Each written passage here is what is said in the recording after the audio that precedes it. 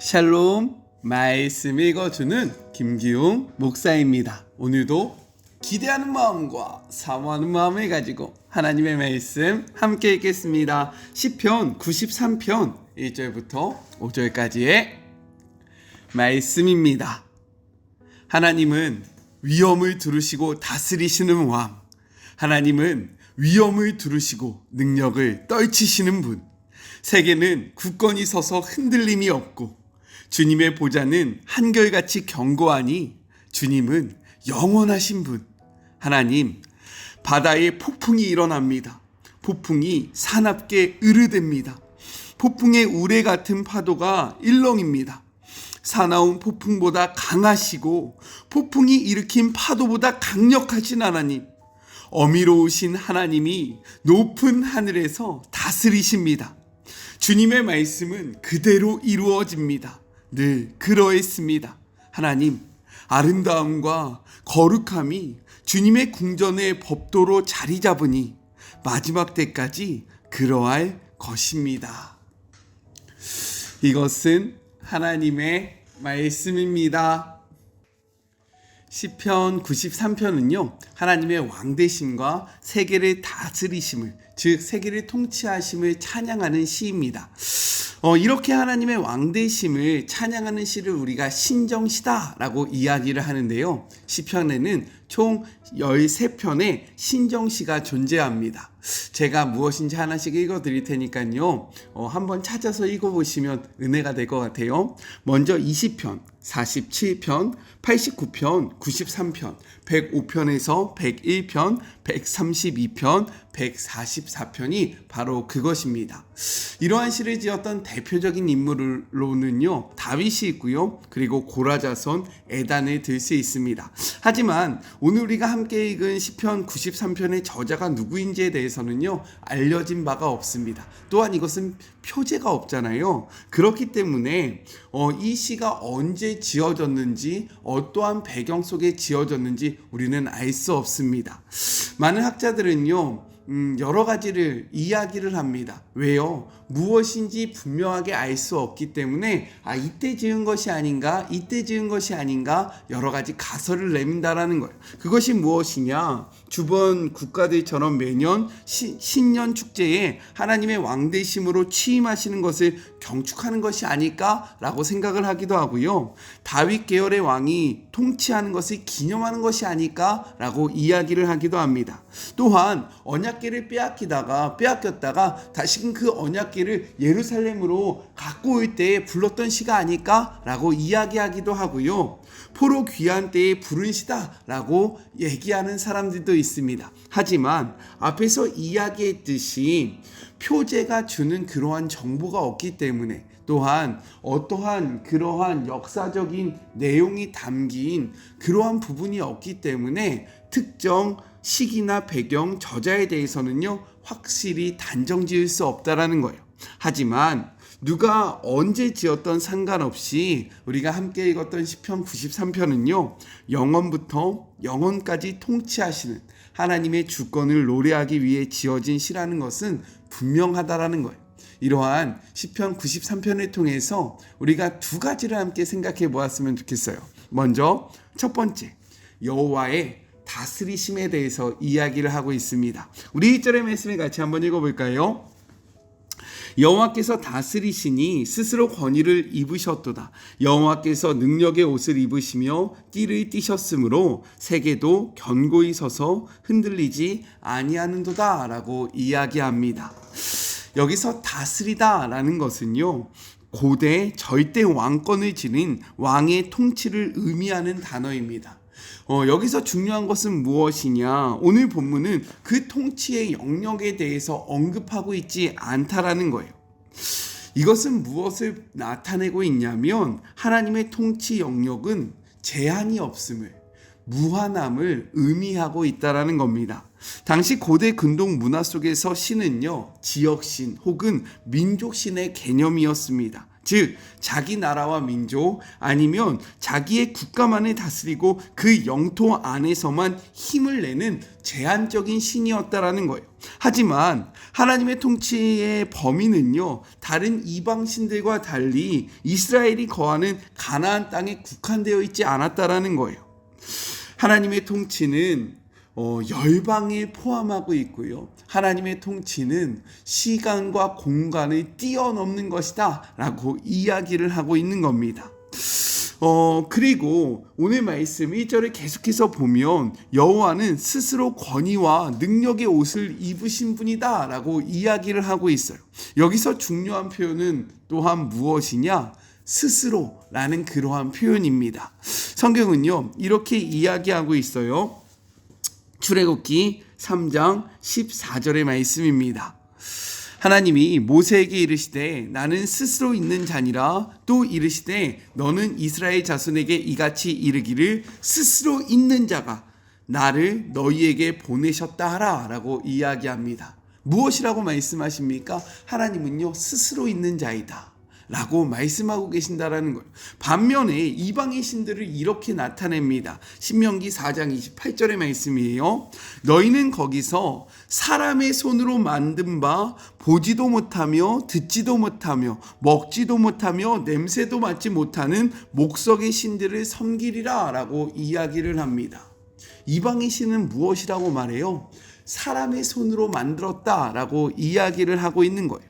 이렇게 스스로 있다라고 이야기하는 것은요, 그분보다 더 높은 존재가 없음을 분명하게 선포하는 것입니다. 다른 사람의 손으로 창조되어지지 않았기 때문에 그 누구보다도 높고 그 어떤 분보다도 전능하신 분이 바로 우리의 하나님이다 라고 선포하고 있는 거예요. 그렇기 때문에 세계 가운데서 흔들리지 아니한다. 왜요? 하나님을 흔들 수 있는 존재가 아무도 없다라는 거예요. 하나님은 스스로 계신 분이기 때문에, 스스로 권위를 입으셨고 스스로 능력을 입으셨기 때문에 그분을 흔들 수 있는 자가 아무도 없다라고 선포하고 있는 겁니다. 이어서 시인은요, 이렇게 고백해요. 2절의 말씀입니다. 주의 보좌는 예로부터 견고히 섰으며 주는 영원부터 계셨나이다 라고 이야기를 해요. 이는요, 여호와 하나님의 영원성을 강조하고 있는 것인데, 영원부터 계셨다라는 것은요, 여호와의 존재가 그 시작과 끝을 알 수 없다라는 사실을 나타내고 있다라는 거예요. 그분은 시간을 창조하신 분으로서 스스로 창조한 시공간의 제한을 받지 않기 때문인 거죠. 이렇게 시간과 공간의 제한을 받지 않으시는 하나님의 다스림이 미치지 못하는 영역은 아무것도 없다라고 이야기하고 있는 겁니다. 여기서 우리가 적용할 점이 있는데요. 그것이 무엇입니까? 그것은 우리의 삶의 영역에서도 마찬가지라는 거예요. 교회 안에만 갇혀 계신 분이 우리의 하나님이 아니라는 거죠. 우리의 삶의 영역 속에서 어느 일부분에서만 우리를 다스리는 분이 하나님이 아니라는 겁니다. 하나님의 통치는요, 우리의 삶 전체, 즉 하나님의 통치가 이루어지지 않는 삶의 영역은 없음을 나타내고 있다는 거예요. 그런데 어떠합니까? 우리는 마치 우리의 삶의 어느 부분에서는 하나님의 통치를 인정하지 않고 살아가고 있지는 않습니까? 이 영역은 나만의 영역입니다. 하나님께서 들어오실 수 없고 하나님께서 통치하실 수 없습니다 라고 이야기하고 있지는 않습니까? 이 말씀을 근거로, 이 말씀을 기억하며 우리의 삶의 모든 부분을 하나님 앞에 내어드림으로 그분의 다스리심을 받는 우리 사랑하는 마리모 가족들이 되었으면 좋겠습니다. 하나님이 다스리지 못할 그러한 영역은 아무것도 없다라는 거예요. 이것을 꼭 기억하는 우리 모두가 되었으면 좋겠습니다. 둘째, 높이 계신 여호와에 대해서 이야기를 하고 있습니다. 우리 3절의 말씀 같이 한번 읽어볼게요. 여호와여, 큰 물이 소리를 높였고 그 큰 물이 그 소리를 높였으니 큰 물이 그 물결을 높였나이다 라고 이야기합니다. 이것을 문자적으로 다시 한번 번역하면요, 이렇게 나타낼 수 있어요. 여호와여, 큰 물이 높였고 큰 물이 그 소리를 높였고 큰 물이 그 파도를 놓을 것입니다 라고 이야기하는 것입니다. 이는요, 물의 높이가 점점점 높아짐을 생동감 있게 표현한 것이라는 거예요. 그렇다면 여기서 말하는 큰 물은 무엇일까요? 이것이 중요한데, 이는요, 하나님을 대적하는 원수의 모습이라고 생각할 수 있는 겁니다. 또한 이것을 원어적으로 보면요, 앞에 있는 두 번에 높였다라는 것은요, 완료형으로 쓰여졌고, 마지막 그가 더욱더 그 파도를 놓을 것이다 라는 이것은요, 미완료형으로 쓰여졌는데, 이것은 어떠한 의미냐면, 과거 큰 물이 그 수위를 높였고 또 그 소리를 높였을 뿐만 아니라 현재와 미래에도 그 물결을 더욱더 높이고 높일 것임을 나타내고 있다는 거예요. 이 말이 무엇입니까? 과거에도 하나님을 저항하는 그러한 세력들이 있었다는 거예요. 하나님을 향하여 저항하고 하나님을 대적했던 자들이 있었는데, 이러한 대적자들은 현재에도 있고 미래에도 있을 것이며 그의 수위가 점점점 세질 것이다, 강해질 것이다 라고 이야기를 하고 있다는 거예요. 그러나 중요한 것은 시인은 이 상황 속에서 계속해서 이렇게 고백한다라는 거죠. 4절의 말씀 같이 한번 읽어볼까요? 높이 계신 여호와의 능력은 많은 물소리와 바다의 큰 파도보다 크나이다 라고 이야기합니다. 고대 근동에서 바다는요, 두려움과 혼돈을 상징했습니다. 특히 바다에서 일어나는 파도는요, 인간의 능력으로 어찌할 수 없는, 정말로 우리의 힘으로 도저히 막을 수 없는 큰 혼란, 큰 환란을 나타내고 있다는 거예요. 하지만 시인은요, 하나님을 무엇이라고 이야기합니까? 높이 계신 분이다 라고 이야기를 하고 있어요. 이는요, 인간의 세력이 미치지 못하는, 닿지 않는 곳에 하나님이 계시다라고 이야기하면서, 즉 하나님의 전지전능하심과 위엄을 나타내는 그러한 표현이라는 거예요. 그렇기에 많은 물소리와 바다의 큰 파도가 올지라도 그분은 더 높이 계시고 그분의 능력이 더 크기 때문에 이것은 하나님께 아무런 영향력을 미칠 수 없다라는 것을 선포하고 있는 것이고요. 또한 이는요, 하나님의 백성을 대적하는 세력들조차 거센 파도와 같이 맹렬하게 하나님을 향하여 나올지라도 그것들은 능히 하나님을 굴복시킬 수 없으며, 하나님의 백성을 향하여 하나님은 승리를 베푸실 것이다 라는 믿음의 고백이 담겨져 있다는 거예요. 즉 3절에서 큰 물로 상징되었던 악한 세력들과 비교할 수 없이 강하고 위대한 권능이 바로 우리의 하나님께 있다라고 선포하고 있다는 겁니다. 이 말씀 앞에 우리는 악을 두려워할 필요가 없다는 거예요. 때로는 우리의 삶에 정말로 큰 물처럼, 큰 파도처럼 거세게, 그리고 아주 맹렬한 기세로 우리에게 다가오는 악의 세력이 있을 수 있다는 겁니다. 하지만 우리 하나님은요, 그 악의 세력보다 더 높이 계신 하나님이라는 거예요. 그러한 능력의 하나님이 우리의 삶을 붙잡고 계시니, 우리와 함께하고 계시니 왜 우리가 그것을 두려워하겠습니까? 이러한 찬양이 있잖아요. 거센 파도 나의 향해 와도 주와 함께 날아오르리, 폭풍 속에서 나의 영혼 잠잠하게 주를 볼 것이다 라고 이야기하는 이 믿음의 고백이 우리에게 있기를 간절히 소망합니다. 우리요, 악의 세력을 두려워하지 맙시다. 왜요? 하나님이 더 높은 곳에서 우리의 삶을 붙잡고 계시기 때문인 거예요. 그분과 함께 높이 날아오르는 우리 모두가 되기를 간절히 소망하면서 함께 기도할까요? 하나님 감사합니다. 하나님께서 다스리지 못하는 삶의 영역은 없습니다.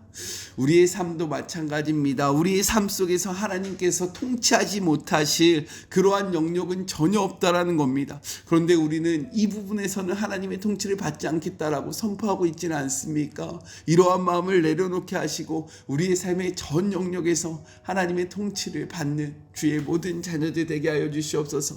때로는 우리의 삶 속에 거친 파도와 그리고 큰 물결 같은 것이 맹렬하게 다가올 때가 있습니다. 그때 우리가 해야 할 것은 무엇입니까? 높이 계신 하나님을 바라보는 것입니다. 높이 계신 하나님과 함께 이 파도를 넘어서는 것입니다. 주님, 그렇기에 더 이상 두려워하지 않게 하시고 염려하지 않게 하시고 하나님과 함께하며 승리하는 주의 모든 자녀들 되게 하여 주시옵소서. 함께하실 주님을 바라보며 거룩하신 예수님의 이름으로 간절히 기도드립니다. 아멘.